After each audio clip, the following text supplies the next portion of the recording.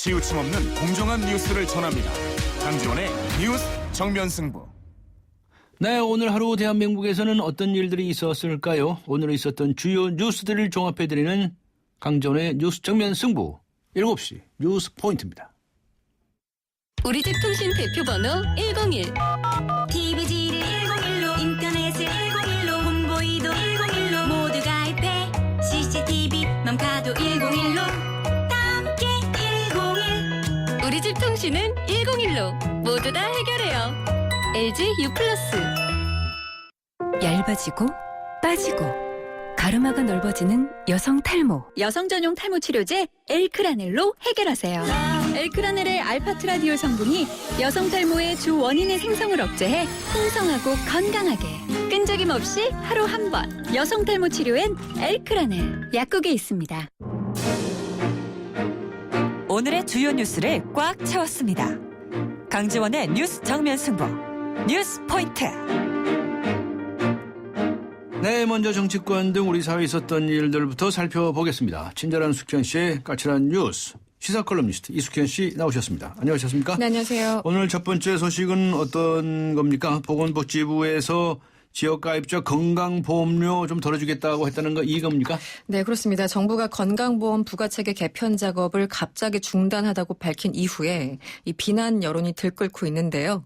이에 나름 이 정부가 출구 전략을 세운 것 같습니다. 네. 이 복지부는 연소득 500만 원 이하 저소득 지역가입자에게 보험료를 매기는 기준을 올해 상반기 중으로 조정할 예정이라고 밝혔습니다. 지역가입자의 경우에는 특별한 소득이 없더라도 이 전월세와 같은 재산과 자동차에 가점을 부여해서 보험료를 매겨왔고요. 네. 또 가족 구성원의 성별과 연령 또 재산 등을 반영해서 마치 소득이 있는 것처럼 평가해 왔습니다. 따라서 이명박 전 대통령보다 이 자살한 송파 세모녀가 더 많은 보험료를 내는 등 현실을 전혀 반영하지 못한다는 비판이 끊이지 않았습니다. 네, 구체적으로 어떤 방향으로 조정하려는지 대략적인 내용이라도 나왔습니까? 네, 그렇습니다. 복지부는 우선 생계형 저가지산인 전월세에서 현재 500만 원인 공제 금액을 상향 조정하는 방안을 추진하기로 했습니다. 네. 또 가족 구성원의 성과 연령에 따라 부과하던 보험료도 인하하는 쪽으로 조정할 예정입니다. 또 일정 금액이나 연식 이하의 이른바 생계형 자동차는 보험료를 물리지 않는 방안도 함께 검토하겠다고 밝혔습니다. 지금 전체 지역가입자는 758만 9천 세대로 추정이 됩니다. 네. 이 중에서 연소득 500만 원 이하의 저소득 취약계층은 전체 지역가입자 세대의 77%를 넘는 600만 세대에 육박하고 있습니다. 예전에는 이 지역가입자 안에 고소득 자영업자나 이 전문직도 많이 섞여 있었는데요. 지금은 이들 대부분이 직장 가입자로 편입된 상태라고 합니다. 네. 건강보험료 개편 문제를 비롯해서 정부 주요 정책이 오락가락한다고 하는 비판이 나오고 있는데요. 그렇습니다. 정부가 추진하는 정책이 여론에 휘둘리면서 오락가락한다 이런 지적이 나오고 있습니다. 당장 연말정산 파동으로 인해서 그 문제가 불거지자 여당은 소급 적용이라는 카드까지 꺼내 들었고요. 또 건강보험료 개편안도 발표 하루 전에 뒤집히는 등 종잡을 수 없다는 얘기입니다. 특히 당정 간의 협의가 안 되고 있다는 얘기도 많이 나오고 있죠. 이것을 반영하듯 최근에 이 새누리당 김무성 대표는 정부가 추진하겠다고 하는 세제 개편안 그리고 1%대 주택담보대출 도입 등에 대해서 잇따라 그것도 공개적으로 비판하기도 했습니다. 또 이번에 건보료 개편안 중단 사태도 새누리당에서는 미리 연락을 받지 못했다고 합니다. 오락가락 정부 정책의 당정 불협화음까지 국민들에게 혼란만 가중시킨다는 비판이 이어지고 있습니다. 네, 이번에는 땅콩 회원과 관련된 재판 뉴스인데요. 네. 대한항공 조현아 전 부사장 측으로부터 회유를 받았다고 하는 여성분이 있죠. 김모 씨. 네. 김모 씨가 어머니를 통해서 교수직을 제안을 받기는 받았다. 그러나 응하지 않았다고 증언을 했다면서요? 그렇습니다. 오늘 서울 서부지법에서 조현아 전 부사장 등 3명에 대해서 2차 공판이 열렸습니다. 당시에 그 조 전 부사장으로부터 폭언과 폭행을 당했던 김모 씨가 오늘 출석했는데요. 이런 얘기를 했습니다. 지난달 중순께 회사 관계자가 모친에게 전화를 걸어와서 조 전 부사장이 직접 찾아와 사과하고 싶다고 했다. 그때 어머니에게 사과에 협조해 준다면 교수직의 기회가 있지 않겠느냐고 얘기했다. 이렇게 증언했습니다. 하지만 자신은 사과받을 생각이 없었기 때문에 조 전 부사장을 피해서 나흘 동안 집에 들어가지 못했다 이렇게 설명하기도 했습니다. 그 이후 김 씨는 불안한 마음에 당시 박찬진 사무장에게 이 일을 얘기했는데 박 사무장이 언론 인터뷰에서 회유를 받고 위증을 했다 이렇게 허위 사실을 알렸다면서 자신의 억울함을 호소하기도 했습니다. 네, 오늘 재판에는 조현아 전 부사장의 아버지죠. 네. 한진그룹의 조양호 회장이 출석을 했죠. 그렇습니다. 조양호 회장이 재판장에 나오게 된 배경, 이 박찬진 사무장이 앞으로도 무사히 회사에 다닐 수 있는지 궁금하다는 판사의 요구 때문이었습니다. 네. 조 회장은 박 사무장에 대한 생각을 포괄적으로 말해보라라는 판사의 질문에 일단 대한항공 회장으로서 사과드리고 본인이 근무한다면 어떤 불이익도 주지 않을 것을 법정에 약속드린다 이렇게 밝혔습니다. 또 오늘 오전에 면담을 했다고 밝히면서 이 박 사무장이 면담을 마치고 나갈 때 고맙다는 얘기를 한 걸로 미뤄봤을 때 마음이 안정됐을 것이다 이렇게 밝히기도 했습니다. 이후에 법정을 나선 조 회장 기자들 만났는데요. 이 따님을 법정에서 만난 심경이 어떠느냐라는 질문에 부모의 입장으로 갔다면서 약속을 지키겠다고 재확인하기도 했습니다. 네, 이번엔 정치권 소식으로 가보겠습니다. 새누리당이 일명 선진화법이죠. 네. 국회 선진법, 선진화법, 국회법에 개정된 걸 말하는데요. 그렇죠. 네. 이 국회의원의 권한을 침해한다면서 헌법재판소에 권한쟁의 심판을 청구했다고요? 네, 결국은 청구했습니다. 네. 새누리당은 국회 선진화법의 직권상정 금지 조항 등이 국회의원의 법률안 심의 의결권을 침해하고 있다면서 이 국회의장 등을 상대로 오늘 헌법재판소에 권한쟁의 심판을 청구했습니다. 보도자료를 냈는데요. 이 엄격한 국회법 규정으로 인해서 국회가 여야 합의 없이는 어떠한 법안도 처리하지 못했다면서 이 청구서를 제출했다고 설명했습니다. 그런데 아시다시피 선진화법, 이 당시 18대 국회에서 여야 합의로 통과된 법안입니다. 이 때문인지 새누리당은 당론 대신에 당내 TF팀 이름으로 심판을 청구한 상태입니다. 또 정치적인 부담을 줄이려는 건지 이 새 원내 지도부 출범 직전에 헌재 판단을 요청하기도 했습니다. 네. 이완구 국무총리 후보자와 관련된 소식인데요. 분당 토지 투기 의혹에 대해서는 사전에 정보를 입수한 것은 아니다라고 부인을 했다고 하는군요. 그렇습니다. 국무총리 인사청문회 준비단이 오늘 토지 투기 의혹에 대해서 해명에 나섰습니다. 앞서 한 언론이 이 후보자의 장인이 분당의 토지를 매입한 지난 2000년 6월 29일에 주변 13개 필지가 동시에 거래됐고 이들 토지 계약자 중에는 당시 국회 소속 국회의원들의 자녀 3명 그리고 중견기업 회장 등이 포함되어 있는 등 투기 정황이 있다고 의혹을 제기한 바가 있었습니다. 여기에 대해서 보도 참고 자료를 낸 건데요. 부동산 컨설팅 업체가 분당 지역 100여 필지 토지 소유주로부터 개발 컨설팅 대행 계약을 맺었고 이 회사가 주도해서 전원주택단지 개발 사업을 시행했다고 밝혔습니다. 이후에 당시 위탁받은 부동산 컨설팅 업체가 적극 매수자를 찾고 있던 상황이라고 밝혔습니다. 분양 광고 기사가 당시 언론에 여러 차례 나왔기 때문에 네. 따라서 사전 정보가 아니라는 게 이 후보자의 설명입니다. 준비단은 이 후보자가 2003년에 도곡동 타워팰리스 매매 과정에서 이 3억 이상의 시세 차익을 챙겼다는 지적에 대해서는 오늘 오전 중에 별다른 입장을 내놓지는 않았습니다. 네, 수고하셨습니다. 고맙습니다. 감사합니다. 네, 시사 컬럼니스트 이숙현 씨와 함께했습니다.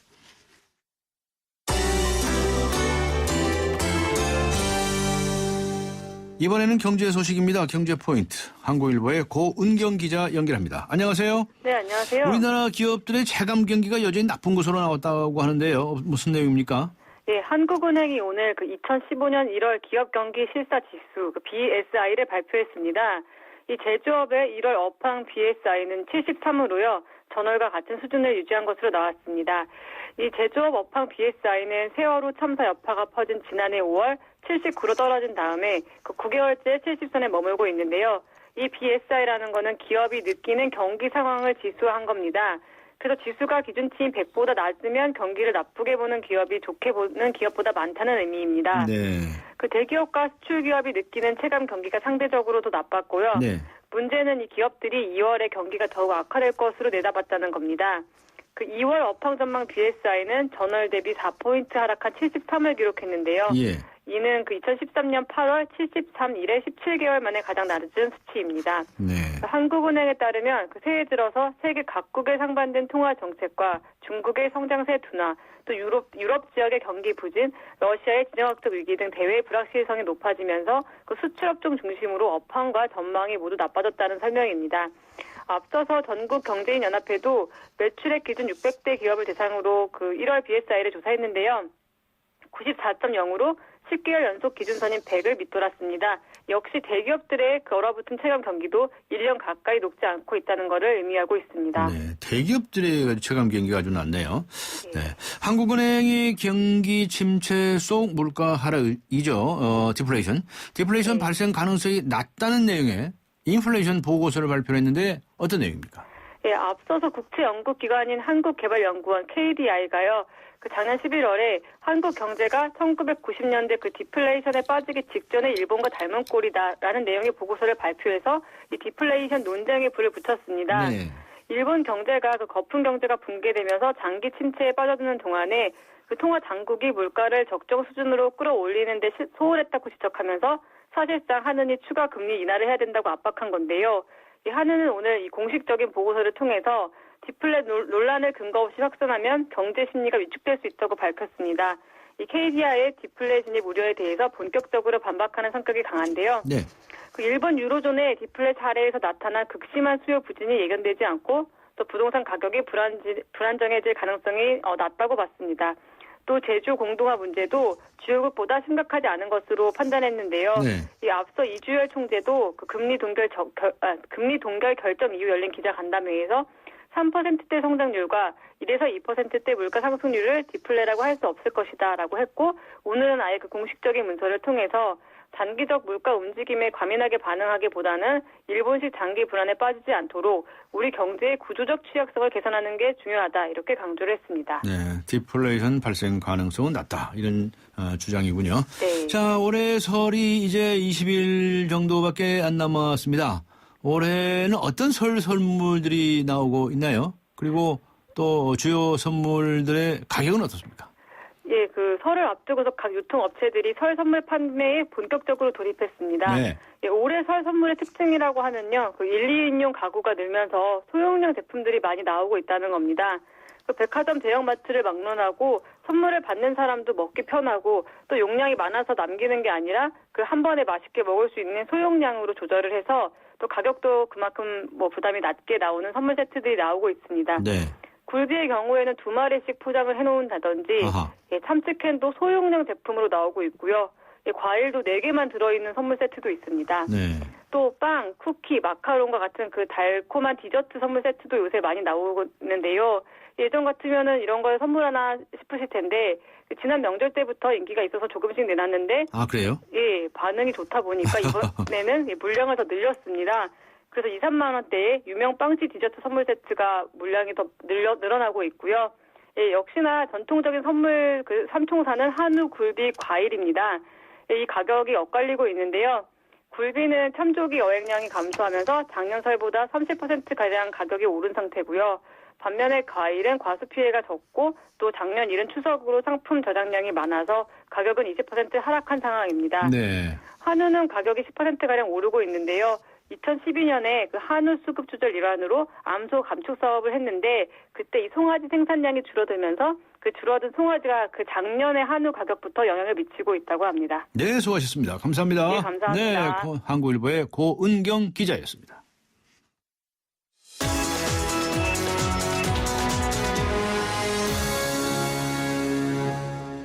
이번에는 나라 밖 소식입니다. 오늘 하루 동안 세계에서는 어떤 일들이 있었을까요? 월드포인트 YTN 국제부의 지순한 기자 연결합니다. 안녕하세요. 네, 안녕하십니까. 네, IS가 요르단에 수감된 여성 테러범을 터키 국경으로 데려오지 않으면 요르단 조종사를 살해하겠다라고 하면서 제시한 최후 시한이 지나지 않았습니까? 네, 네 지금 그렇습니다. 상황이 어떤 변화가 있나요? 먼저 좀 정리를 해보면은요. 예. IS가 어제 일몰 전까지 요르단에 수감 중인 여성 테러리스트 사형수죠. 사지다 알 리샤위를 터키 국경으로 데려오지 않으면 요르단 조종사를 살해하겠다고 했는데 네. 이에 대해서 요르단 정부는 조종사 생사 확인이 우선이라면서 IS의 요구에 응하지 않은 상황입니다. 네.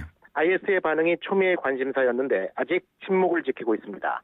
IS의 침묵이 길어지면서 요르단만큼 초조해진 것이 일본인데요. 예. 일본 정부 관계자는 매우 어려운 상황 속에서 요르단 정부를 비롯한 관계국과 긴밀히 협력하면서 고토 겐지 씨의 조기 석방을 위해서 전력을 다하고 있다고 거듭 밝혔습니다.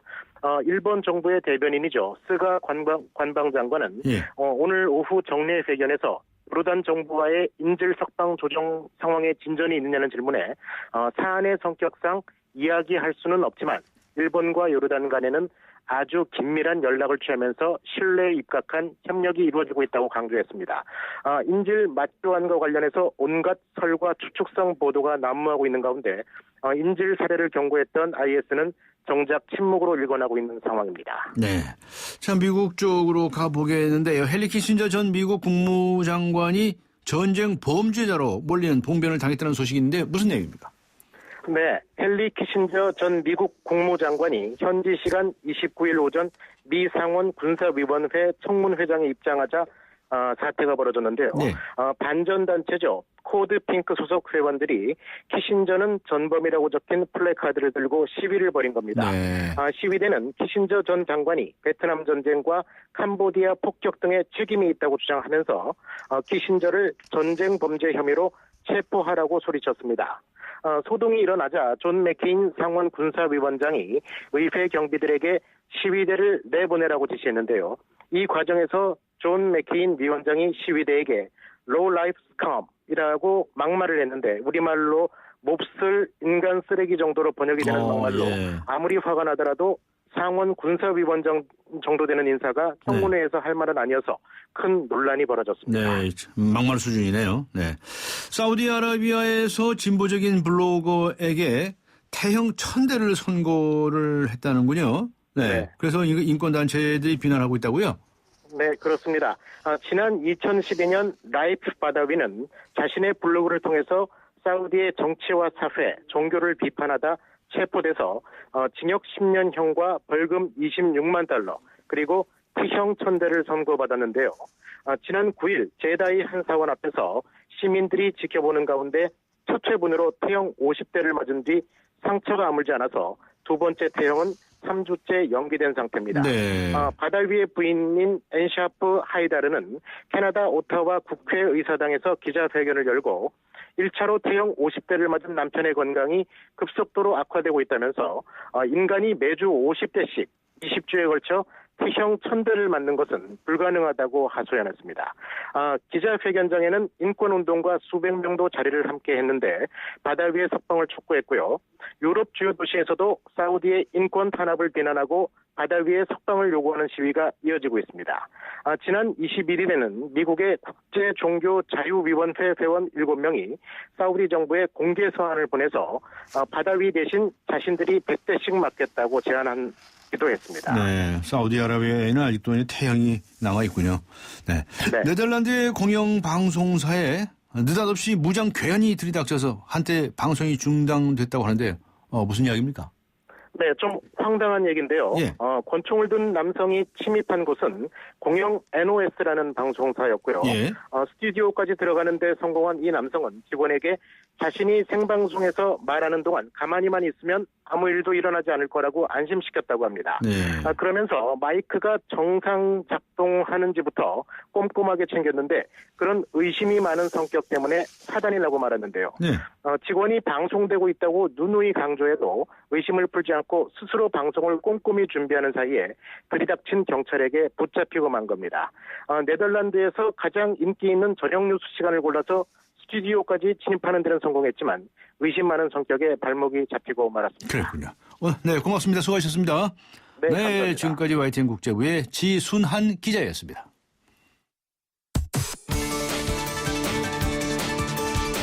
대한민국의 오늘 치우침 없는 공정한 뉴스 강지원의 뉴스 정면 승부가 여러분의 참여를 기다립니다. 짧은 문자 50원, 긴 문자 100원에 휴대전화 메시지 샵 0945와 YTN 라디오 어플리케이션 예스 게시판에 소중한 의견을 남겨주세요. 참여해주신 분들 중 추첨을 통해 정통 시사주간지 주간경향, 아시아 전문 월간지 매거진엔 구독권을 드립니다. 뉴스 정면 승부는 여러분의 참여로 완성됩니다. 대한민국의 오늘 강지원의 뉴스 정면 승부.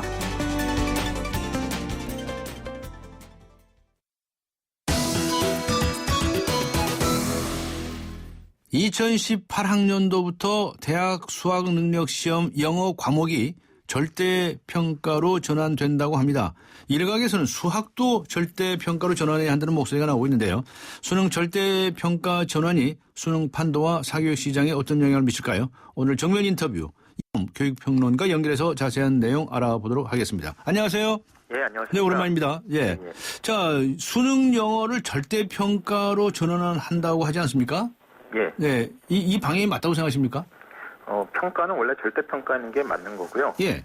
선진국은 대학 입시나 내신이나 모두 다 절대평가입니다. 네. 근데 이제 우리가 조금 다른 것은 선진국의 절대평가는 다 점수제거든요. 네. 우리는 이제 등급제인 거죠.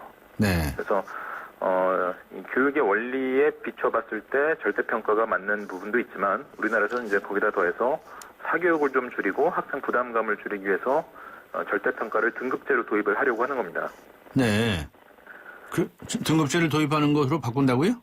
그렇죠. 그러니까 여태까지 수능 등급은 상위 4% 내에 들면 1등급, 11% 내에 들면 2등급 이렇게 줄을 세워서 예. 일정 비율 안에 들면 몇 등급이 되는지를 정하는 시기였습니다. 네. 근데 이제 앞으로는 정부가 정확한 안을 아직 밝히진 않았습니다만 예를 들어서 90점 이상이면 다 1등급 뭐 이런 식으로 일정한 성취도 이상에 들면은 다 1등급을 주는 이런 방식으로 바꾸려고 하는 것이죠. 네. 그러니까 이거 절대평가죠. 예, 예. 절대평가라고 하시네? 상대평가적인 의미도 있지 않나요? 그렇게 되면? 절대평가가 예. 점수제로 하게 되면 예. 예를 들면 우리가 이제 토플이나 토익 시험 같은 거는 꽤 친숙하지 않습니까? 예, 예. 그런 것이 절대평가인데 점수를 주는 겁니다. 네. 그러니까 우리나라 여건에서 절대평가인데 점수를 계속 유지하는 식으로 되면 부담감을 줄이는 취지가 그렇게 살아나질 않거든요. 예. 그러니까 예. 절대평가를 하되 등급만 주는 쪽으로 일단 영어부터 도입을 하기로 한 것이죠. 네. 그렇게 바꾸는 이유가 뭐랍니까? 일단은 이제 상대평가를 하게 되면 예. 다양한 과목을 학생들이 선택하기가 어려워집니다. 네. 예를 들어서 국사라든지 물리 같은 과목의 선택자가 굉장히 줄었는데요. 예. 그거는 이제 서울대 지원하는 학생들은 국사를 해야 되거든요. 예. 그러니까 이제 상위권 학생들이 국사를 선택하니까 그 상위권 학생들 사이에서 줄 세워서 1등급, 2등급 이렇게 주게 되면 네. 그러면 이제 중하위권 학생들은 아무리 국사에 흥미가 있어도 부담스러워서 택할 수가 없는 거죠. 네. 물리도 마찬가지고요. 네. 그래서 다양한 과목을 가르치기 위해서는 배우도록 하기 위해서는 당연히 절대평가로 가는 것이 맞는 거고요. 네. 또 아까도 말씀드렸지만 절대평가를 점수제가 아닌 특히 등급제로 하게 되면 네. 학생들의 부담감이 일정 부분 줄어드는 효과가 있습니다. 아, 아주 찬성하시네요. 예, 그렇습니다. 예. 그래서 더 나아가서 수학도 이렇게 했으면 좋겠다. 절대평가로 갔으면 좋겠다는 얘기도 있는데 어떻게 생각하시나요? 뭐 그럼 내친 김에 전 영역을 다 절대평가를 하면 되지 않느냐 네. 이런 말씀하시는 분도 있는데요. 네, 네. 미국 같은 경우는 그래도 큰 문제가 없습니다. 왜냐하면 미국은 우리나라 수능 비슷한 SAT 시험 성적만 반영되는 게 아니라 예. SAT 시험에 내신 성적에 뭐 교과외 활동 다양한 것들을 다 합산해가지고 학생을 선발하거든요. 네. 그러니까 수능에서 변별력이 좀 떨어져도 별 문제가 없는 거죠. 네. 근데 우리나라는 그렇지 않습니다. 우리나라는 수시에서는 예. 수능이 등급으로만 이제 반영이 됩니다만 최저학력 기준으로 반영됩니다만 정시에서는 거의 수능 성적만으로 학생들을 줄 세우거든요. 예. 그러니까 전 과목을 모두 절대평가 등급제로 해버리면 특히 상위권 대학 상위권 학생 사이에 변별력의 문제가 생깁니다. 네. 그래도 이제 영어에 뒤이어서 수학하고 두 과목이 우리나라 사교육의 가장 중요한 과목 아닙니까? 예. 그래서 영어하고 수학까지는 좀 절대평가를 해볼 수 있지 않느냐. 네. 이런 이야기가 이제 정부에서도 나오고 있고, 정치권에서도 야당에서도 수학까지는 좀 절대평가를 도입하자라는 성명을 낸 바가 있고요. 네. 일부 교육시민사회단체에서도 수학까지는 좀 절대평가를 같이 추진하는 게 좋겠다라는 이제 입장을 밝히고 있습니다. 네. 그런데 무슨 대학 입시에서 학생들을 뽑는데 말이죠. 네. 국어하고 영어하고 수학만 이렇게 중요시해서 뽑아야 할 이유가 도대체가 있는 겁니까, 그게? 아니, 영어 잘하는 친구들은 대학을 가고 영어 좀 못하는 친구들은 대학 못 가야 되고 그러는 거예요?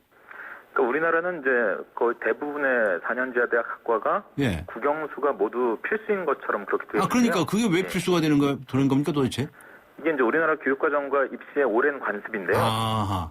그야말로 관습입니다. 이거는 사실 제도적으로 잘 준비하면 단번에 깰 수도 있어요. 그것도 더 고쳐야 되겠네요. 그래서 실제로 선진국의 대입 시험을 보면 공통 필수 과목이라고 말할 수 있는 게 아예 한 과목도 없거나 네. 있다 할지라도 각국의 국어 정도 한 과목 정도. 예. 영국이나 뭐 독일이나 뭐 미국의 대학 입시를 보면 하여튼 공통 필수 과목은 없거나 최소화시키는 이런 그 공통점을 가지고 있습니다. 우리나라는 이제 국영수를 모두 다 요구하는 거죠. 아예 수능 시험 자체를 자격 시험으로 가자고 하는 이야기도 있죠. 전에도 비슷한 적이 있긴 있잖아요. 그런 주장들이 우리나라에서 이제 간간히 나오는데요. 예. 사실 세계적으로 보면 그 대입 시험이 자격고사로 치러지는 나라는 프랑스밖에 없습니다. 프랑스밖에 없다. 프랑스는 이제 대학이 평준화되어 있지 않습니까? 네. 그래서 그 대입 시험, 그 바칼레오라라고 하는 논술형 대입 시험을 보는데 여기서 일정 점수 이상만 받으면 자기 집 근처에 아무데나 대학에 갈 수 있거든요. 네. 그런 상황이라면은 이제 당연히 대학이 평준화되어 있다는 전제하에 대입 시험을 이제 자격고사로 만들 수 있는데 네. 다른 모든 나라들은 자격고사인 경우는 없습니다. 다 나름대로 점수나 뭐 그 성적을 주고 그 지원 단위에서 성적 순으로 학생을 선발하는 것이 이제 대부분이죠. 네, 그 영어라든가 또 수학 같은 게 절대 평가로 바뀌게 됐을 경우에 뭐 수능 전략이 좀 달라질 수 있을 것 같은데요. 상위권, 중위권, 하위권 이렇게 나누셔가지고 좀 팁을 좀 주신다면 어떻게 말씀해 주시겠어요? 일단 영어가 절대 평가로 바뀌는 것은 지금 중3, 즉 올해 이제 3월에 고1로 올라갈 학생들부터입니다. 네. 그리고 수학 절대 평가는 아직 확정된 것이 아니고요. 논의를 지금 시작하는 단계이기 때문에 빨라도 지금 고2, 즉 올해 중3 올라가는 학생부터 적용될 겁니다. 된다고 해도. 네. 그러니까 지금 고등학교에 재학하고 있는 학생들한테는 이 얘기는 아무 의미가 없는 겁니다. 예. 그래서 제가 봤을 때 절대평가화가 초등학교나 중학생에게는 별 영향을 주지 않습니다. 근데 이제 고등학생, 그 중에서도 이제 상위권 학생들에게 어차피 일정 수준만 도달하면 1등급이 나오는 거니까 사교육이라든지 부담감을 좀 줄일 수 있는 효과가 있겠죠. 네. 그리고 오히려 대학 선발은 그 학과라든가 말이죠. 그 전공에 따라서 그 과목과 그 전공과 관련 있는 과목을 좀 잘하는 학생 이렇게 뽑아야 되는 거 아니에요? 100번 공감합니다. 저도 당연히 그렇게 생각하고 대부분의 선진국이 그러한 입시 제도를 가지고 있는데요. 우리만 유독 이제 뭘 전공할지 상관없이 똑같은 기준으로 학생을 선발하는 이런 특이한 제도를 가지고 있죠. 네, 알겠습니다. 그 다음에 이 황우여 교육부 총리가 그 수능하고 EBS하고 연계율 70%를 재조정하겠다고 했다는데요. 이건 어떻게 보시나요? 사실 이게 저는 좀 위험한 발언이라고 보는데요. 왜냐하면 EBS 70% 연계 때문에 지금 우리나라 전체 사교육이 줄진 않았지만 수능 사교육은 분명히 일부 줄였거든요. 그런데 이것을 연계율을 조정한다. 그러면 아마 이제 낮춘다는 의미로 해석되는데 그러면 사실 사교육업계에서는 굉장히 좋아할 만한 일이죠. 근데 이제 부분적으로 좀 개선해야 될 부분이 있습니다. 특히 가장 심각한 문제는 영어 지문의 경우인데요. 영어 지문이 EBS에 나왔던 그 지문이 그대로 출제가 되게 되면 학생들이 영어를 읽고 해석하는 게 아니라 그걸 한글로 번역해 놓은 걸 그냥 외워버립니다. 그 달달달 외워가지고. 이런 부작용이 최근에 많이 지적되었는데 요거는 분명히 개선할 부분이 있다고 봅니다만 연계율이나 이런 것들에 대해서 아무리 그 장관이시지만 그렇게 함부로 뭔가 금방 바꿀 것처럼 말씀하시는 거는 또 지금 아직 확정도 하기 전에 저는 조금 문제가 있는 태도라고 생각합니다. 알겠습니다. 그 외에도 여러 가지 질문할 게 있었는데요. 시간이 다 돼가지고 오늘 여기서 마쳐야 되겠습니다. 고맙습니다. 고맙습니다. 네, 감사합니다. 지금까지 교육평론가시죠. 이범 씨와 함께 했습니다. 지금 시각은 7시 28분을 가리키고 있는데요. 이 시각 교통 상황 알아보겠습니다. 김정윤 캐스터입니다. 네, 뉴스 정면 승부 교통정보입니다. 자동차 전용도로와 함께 도심도로에도 교통량이 많은 편인데요. 퇴계로는 명동역에서 퇴계로 4가까지, 이어지는 왕십리로가 신당역에서 왕십리역까지 모두 정체가 되고 있고, 을지로는 3가에서 1가까지, 반대편으로 시청에서 을지로 1가까지 신호 대기시간 길게 봤습니다. 종로는 1가에서 2가, 다시 4가부터 동묘역 쪽으로 이동하는데도 차간 거리를 좁히고 있고요. 율곡로는 안국역에서 원남동 쪽으로 이동하는 이동하는데 신호 2번 정도 받습니다. 남대문로 을지로구역에서 한국은행 쪽으로 이동하는데도 교통량이 많은 편입니다. 도심 들고 나는데 신촌로가 아현역에서 신촌역 쪽으로 쭉 정체가 되고 있고 성산로도 모래내 고가차도부터 마포구청역 쪽으로 농수산로는 상암교부터 성산대교 사이로 양방향에서 밀리고 있습니다. 강북에서 강남으로 가는데 남산 13호터는 교통량이 많은 편이고요. 반포대로는 강남터미널 고가차도부터 예술의 전당 사이로 양방향에서 밀리고 있고 신반포로는 강남터미널에서 반포분동 쪽으로 이동하는데 시속 20-30km 미만입니다. 이 밖에 과천에서 서당동 쪽으로 이동을 하는데 남태령부터 이수역까지 쭉 정체가 되고 있고요. 반대편으로도 이수교차로에서 이수역 쪽으로 신호 2번 정도 받습니다. 뉴스 정면승부 교통정보였습니다. 광명역의 가치를 바로 앞에서 누려라. 효성 해링턴 타워 더 퍼스트. 이케아, 코스트코, 롯데 프리미엄 아울렛이 바로 앞. 풍부한 유동인구와 상업지구 가치까지 바로 앞에서 누리는 광명역 슈퍼 프리미엄 효성 해링턴 타워 더 퍼스트. 문의 1899-7087. 가스비 잡는 파비앙입니다. 귀뚜라미를 몰랐을 땐 외국 사람이라고 가스비 바가지 씌우는 줄 알았다니까요. 파비앙! 그래서 내가 한국 사람은 귀뚜라미로 가스비 잡는다고 알려줬잖아. 아하! 4번 데워잡고 거꾸로 데워잡고 귀뚜라미! 우린 귀뚜라미와 산다! 우리 집 통신 대표 번호 101.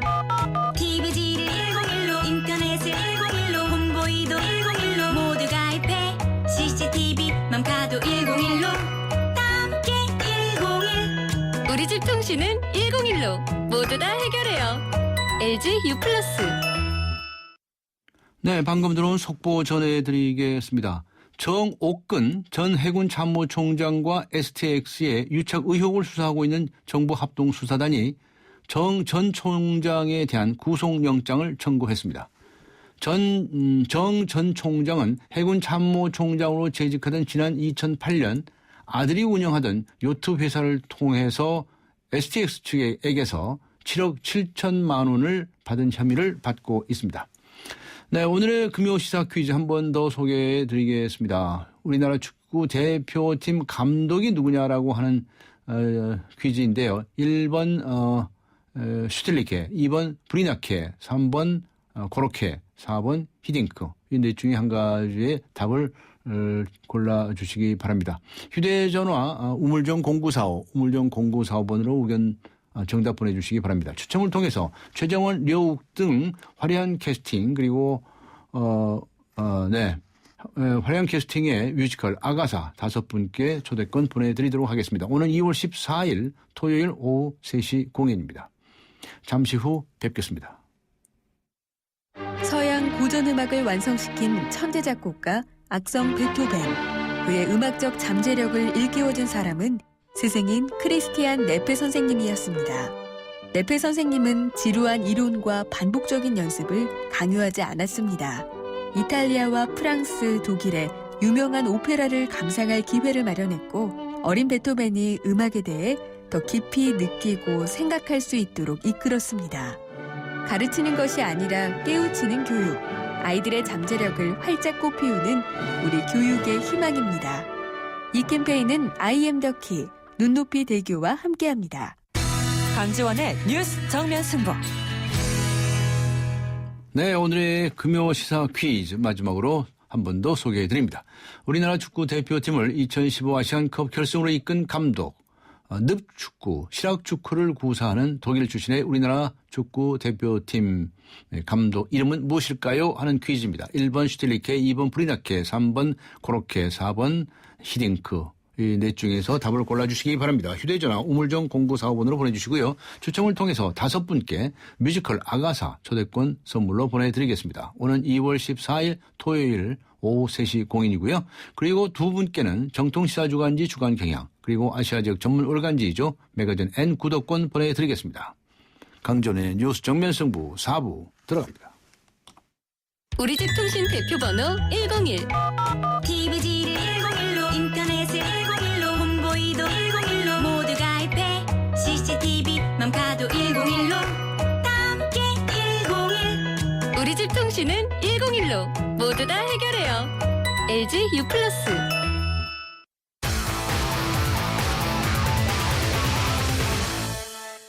네, 오늘 하루 동안 스포츠계에서는 어떤 일들이 있었을까요? 스포츠 포인트. 중앙일보의 박린 기자 연결합니다. 안녕하세요. 네, 안녕하세요. 자, 내일이죠. 우리나라 축구 대표팀 아시안컵 결승전 치르는데 이제 우승을 할 수 있을까요? 슈틸리케 감독이 오늘 출사표에서는 뭐라고 그랬습니까? 네, 그 축구 대표팀은 한국 시간으로 내일 오후 6시에 시드니에서 개최국 호주와 결승전을 치르는데요. 네. 우리나라는 조별리그 3차전에서 호주를 1대0으로 꺾었지만 당시 8강행을 조기 확정한 호주가 1.5군을 내세웠는데요.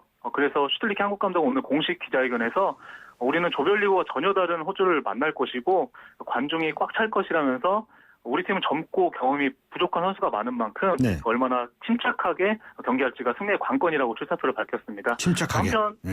예, 맞습니다. 그 침착성을 강조했고요. 네. 그 호주의 포스테코글루 감독은 그 한국에 경기할 선수는 손흥민 한 명이 아니고 한국은 집단적 노력이 무서운 팀이라고 경기했습니다. 네. 내일 결승전은 우리나라 선수 중에 차두리 선수에게는 아주 특별한 경기가 될 가능성이 많을 것 같은데요. 차두리 선수가 태극 마크를 달고 마지막으로 뛰는 경기가 될 것 같습니까? 네, 맞습니다. 그 차두리는 아시안컵을 앞두고 그 이번 대회를 끝으로 그 태극 마크를 반납하겠다는 뜻을 내비쳤는데요. 차두리는 이번 대회에서 주전 오른쪽 수비수로 나서서 그 어시스트를 2개나 기록했고요. 최고 참으로 팀을 잘 이끌면서 결승행을 견인했는데요. 네. 그래서 축구 팬들은 그 차두리 은퇴 반대 서명 운동까지 하고 있지만 차두리는 55년 만에 아시안컵 우승으로 그 멋진 대표팀 은퇴를 꿈꾸고 있습니다. 네. 차두리는 최근 SNS에 그 내 마지막 축구 여행의 끝이 보인다. 마지막 한 경기다라는 글을 남겼는데요. 네. 후배들은 두리 형에게 우승컵을 바치겠다며 똘똘 뭉치고 있습니다.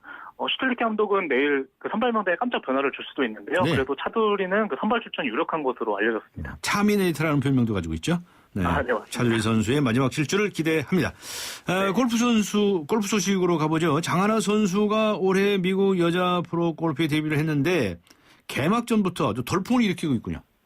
네, 맞습니다. 그 장하나가 미국 플로리다주에서 열리고 있는 미국 LPGA 투어 시즌 개막전인 코츠 골프 챔피언십에서 단독 선두에 올랐는데요. 네. 장하나 오늘 대회 2라운드에서 버디 8개, 보기 1개로 7언더파를 기록하면서 중간 합계 12언더파로 그 2위 미국의 스테이시 루이스의 4타차 앞섰습니다. 한편 뉴질랜드 교포 리디아고는 그 7언더파 공동 3위로 우승 경쟁을 이어갔는데요. 세계 랭킹 2위 리디아고는 이번 대회에서 우승하거나 그 단독 2위에 오르면 그 박인비를 따돌리고 최연소 세계 랭킹 1위에 올라설 수 있습니다. 네. 세계 랭킹 1위 박인비는 그 255파 공동 45위에 머물렀습니다. 네. 박인배 선수가 조금 이제 부진했는데 골프 왕제 타이거 우즈도 불안한 출발을 보였다는 소식이 있네요. 네, 맞습니다. 그 우즈는 올해 첫 대회로 미국 애리조나주에서 열리고 있는 미국 PGA 투어 웨스턴 매니지먼트 피닉스 오픈에 출전했는데요. 우즈는 첫날 255파로 선두 미국의 라이언 파머의 그 9타 뒤졌고요. 출전 선수 132명 중에 공동 104위에 머물렀습니다. 그 우즈는 지난해 11월 새 스윙 코치를 영입했고요. 최근 허리 부상도 털어냈지만 이번 대회에서는 골프 황제다운 모습을 보여주지는 못했습니다. 한편 그 병역 논란에 휩싸인 배상모는 455파 공동 119위에 머물렀습니다. 네, 알겠습니다. 감사합니다. 네, 감사합니다. 네, 지금까지 중앙일보의 박린 기자였습니다.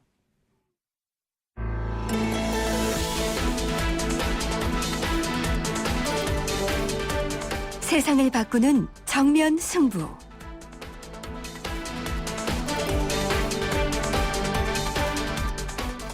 세상을 바꾸는 정면 승부. 매주 금요일 여러분과 함께 하죠. 건강 프로젝트 자연으로 돌아가기 시간입니다. 여러분 잘 아시는 정신과 전문의이시죠. 이시영 박사님 나오셨습니다. 안녕하셨습니까? 안녕하세요. 네. 건강 프로젝트 자연으로 돌아가기가 아주 인기입니다. 워낙에 네. 좋은 말씀들을 많이 해 주셔가지고요. 이번 주에는 어떤 말씀을 해 주시겠습니까? 이번 주는 좀 교장선생님 같은 말씀을 네. 드려야 되겠는데 네. 좀 일찍 자고 일찍 일어나자. 네. 조침조기. 조침조기. 예. 조침조기라고 하시니까 좀 유식하신 말씀인 것 같은데 일찍 자고 일찍 일어나자라고 하면 이건 아직 초등학교 수준의 말씀이에요. 그 사람이 일찍 자고 일찍 일어나야 되는 겁니까 도대체? 실제로 자연이라는 게 그렇습니다. 이게요. 우리가 5시만 되면은 벌써 우리 몸에는 일어나라는 신호가 오기 시작합니다. 활동성 호르몬이 분비가 되기 시작을 합니다. 이거는 뭐 수많은 년 동안 우리가 그렇게 살아왔죠. 네. 요즘도 시골에 가면요. 깜깜 새벽에 농부들은 일어나서 그날 농사 지을 준비를 다 해야 됩니다. 죽도 끓여 먹여야 되고 그렇지 않습니까? 네. 그렇게 그때는 한 5시쯤 되면은 우리 몸에 활동성 호르몬이 분비가 되기 때문에 그때는 일어나야 되는 겁니다. 그때 잠은 굉장한 스트레스입니다. 잠을 더 자는 게 스트레스라고요? 예, 오히려. 왜 그러냐.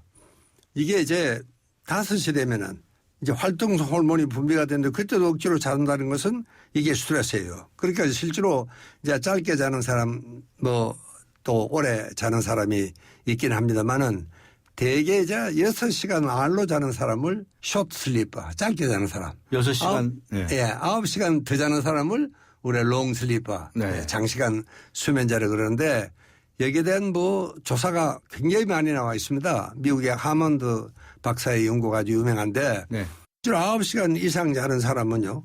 이 심장병 발병률이 2배가 높고 사망률이 3.6배가 높더라. 아, 그래요? 그렇습니다. 그게 뭐 오래 자는 게 절대로 좋은 게 아닙니다. 예. 그게 왜냐하면 바로 이런 가지고 설명이 되는 겁니다. 정말 5시만 되면은 일어나라는 모든 생리적인 준비가 다 되어 있는데 그 억지로 자보세요. 굉장한 스트레스죠. 자고 싶어서 자나요? 그냥 잠이 오니까 자는 거죠.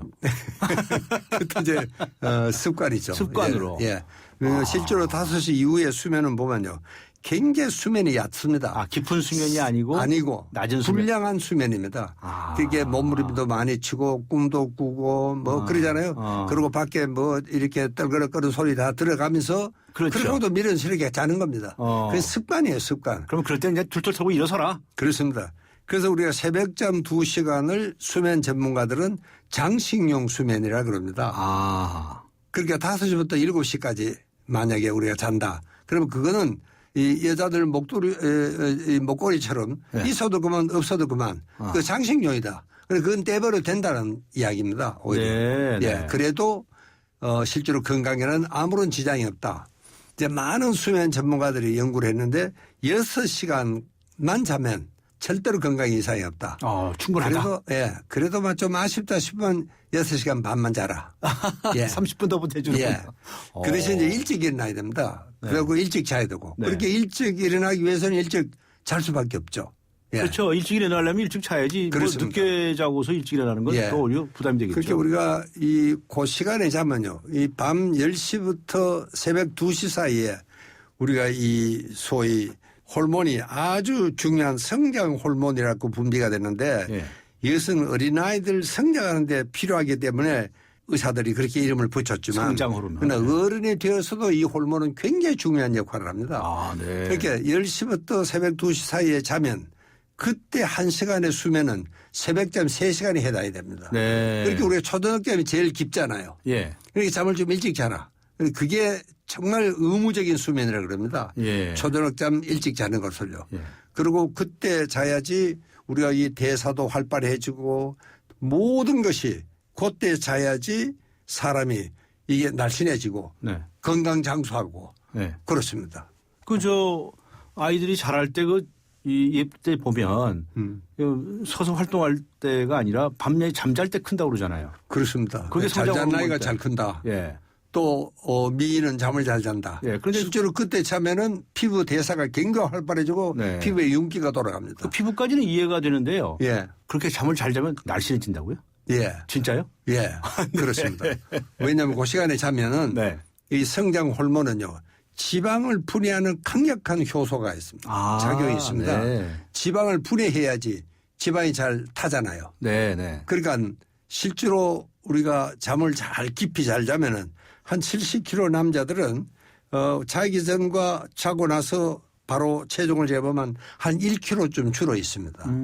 그렇게 그 다이어트가 절로 되는 것이죠. 자는 동안에 다이어트가 되는 겁니다. 그 대신에 이제 과학적인 수면을 해야 되는 겁니다. 그래 한 10시는 자고 어쨌든 6시 전에는 늦어도 일어나야 됩니다. 그리고 좀 부족하면은 낮잠 한 10분 15분 자는 거는 괜찮습니다. 방금 말씀하신 대로 아무래도 이제 좀 일찍 자고 일찍 일어나게 되면 저녁에 잘 때까지 시간이 너무 길잖아요. 그래서 이제 점심을 먹고 나서 잠시 자는 게 좋다. 그 옛날부터 이세영 박사님 주장하셨어요. 그렇습니다. 낮잠은 그렇게 깊은 잠은 아니겠죠. 아니죠. 얕은 잠이라도 10분 15분 고양이 잠이죠. 그야말로. 고양이 잠.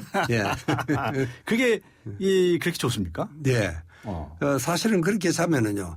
하루가 2번 시작합니다. 네, 하루를 2번 예. 산다. 전에도 그런 말씀 많이 하셨어요. 예. 머리가 아주 프레시해지고 오후 일과가 훨씬 더 성적이 올라가고 또 기억력도 좋아지고 뭐 많은 보고서들이 나와 있습니다.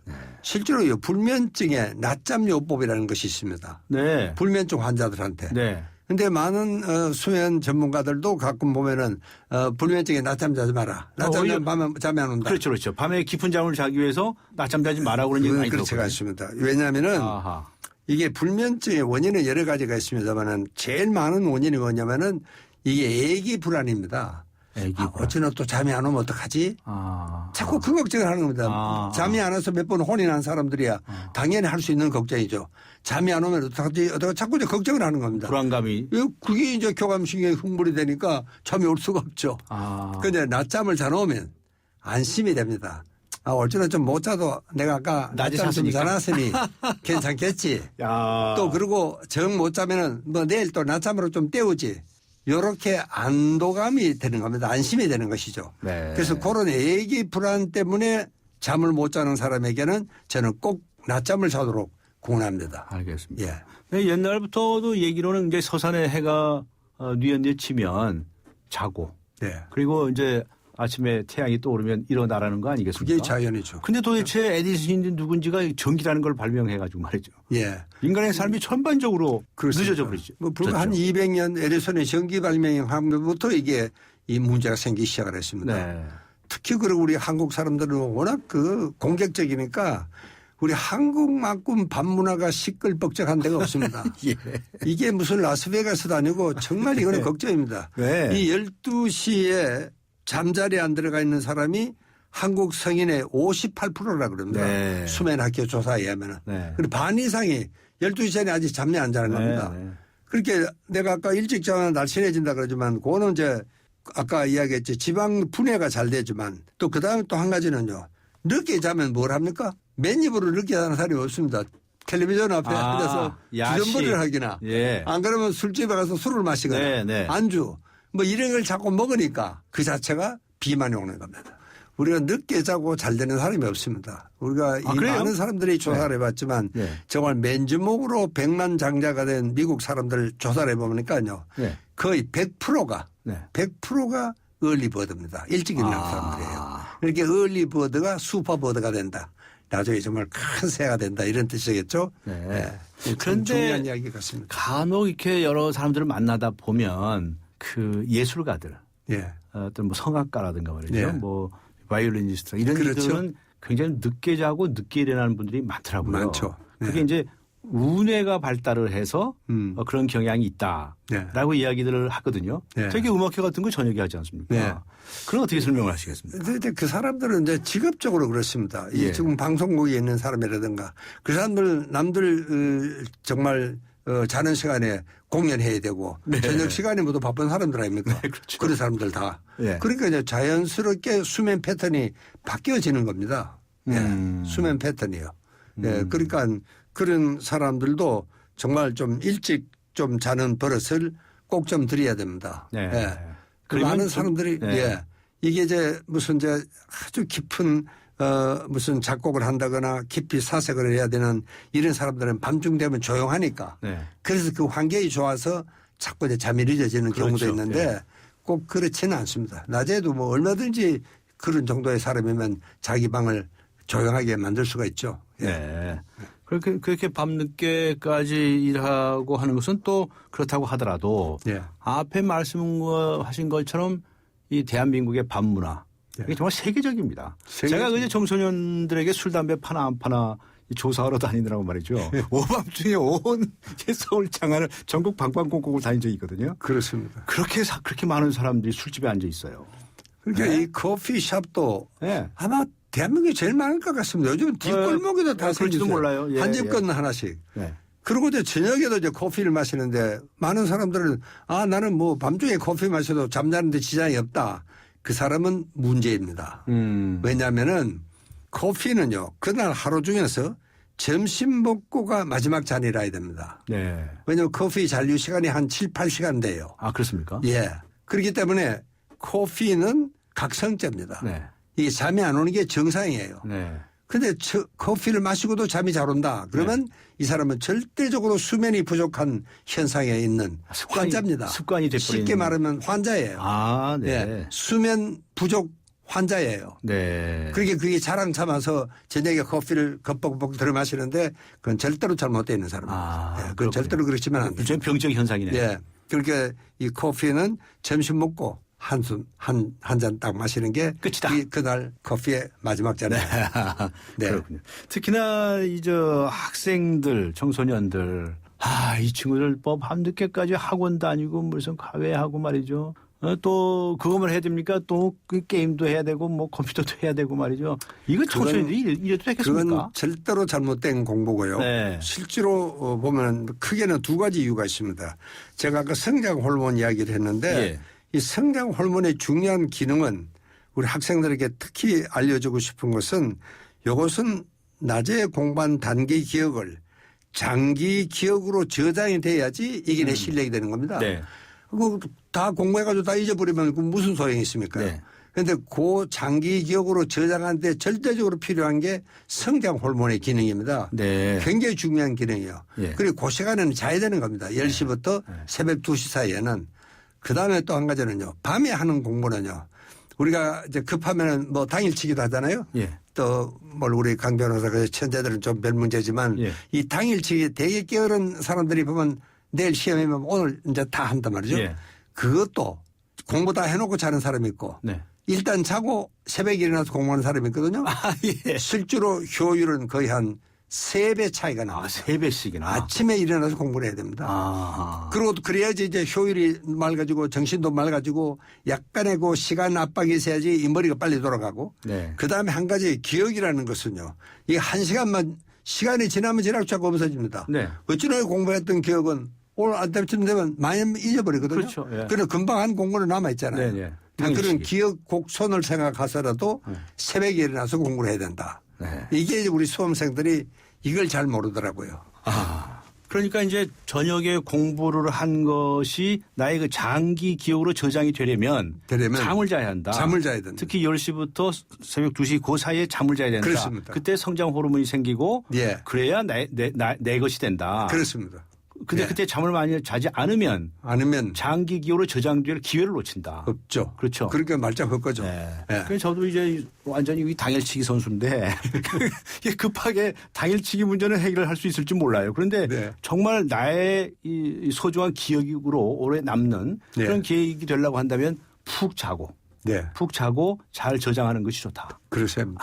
공부 잘하는 비법, 잠 잘 자는 거다. 그렇습니다. 네, 네. 그렇군요. 그래 이제 성공을 하는 거예요. 건강과 성공을 하려면 일찍 자고 일찍 일어나야 된다. 혹시나 이 잠을 잘 자고 하는 것이 이 성격 형성하고도 좀 관련이 있습니까? 대체로 좀 그렇습니다. 짧게 자는 사람일수록 성격적으로 굉장히 적극적이고 공격적이고 야심가들이 많다 그럽니다. 짧게 자는 사람일수록. 네. 그다음에 길게 자는 사람일수록 조금 태평스럽죠. 그래요? 좀 느리고 좀 정서적으로는 좀 아주 여유가 있고 이런 사람 같지만 그러나 사람은 또 적절한 긴장을 할 때도 하고 쉴 때는 쉬고 이제 그런 그 균형을 우리가 잘 맞춰야 됩니다. 그래서 이시영 박사님께서 권장하는 수면의 시간은 몇 시간입니까? 6시간 반. 6시간이나 플러스 낮잠 한 15분. 그리고 낮잠까지 해서. 예. 그러면 뭐 정말 건강과 성공. 이게 이렇게 아침 우리가 6시 전에만 일어나면은요. 당장 출근 시간에 우리가 앉아서 공부를 하고 갈 수가 있습니다. 앉아 갈 수 있잖아요. 지하철에 1시간 일찍 일어나면은 1시간을 또 버는 겁니다. 그래 2시간만 하면 1년에 책을 150권 읽을 수가 있습니다. 예. 내가 다 계산을 해봤죠. 그러니까 정말 1시간만 일찍 일어나면은 사회적으로 성공을 한다. 그 이야기를 제가 꼭 좀 강조를 해야 될 것 같고요. 그다음에 이제 1시간 일찍 일어나면은 이게 보통 교통 문제가 당장 해결이 됩니다. 우리 지금 교통 러시가 딱 이렇게 한 4, 50분 사이에 집중돼 있죠. 이걸 좀 일찍부터 시작을 한번 해보세요. 저는 독일이 발전한 이유가요. 저는 독일 사람들이 아침 일찍 일어납니다. 유치원 학생들도 보면 깜깜 새벽에 유치원을 가요. 이제 그래야지 그 나라가 발전한 겁니다. 우리는 확실히 잠이 너무 늦습니다. 그렇군요. 잠을 잘 자야 한다. 네. 잠을 잘 자는 잠자는 시간도 말씀하셨고요. 네.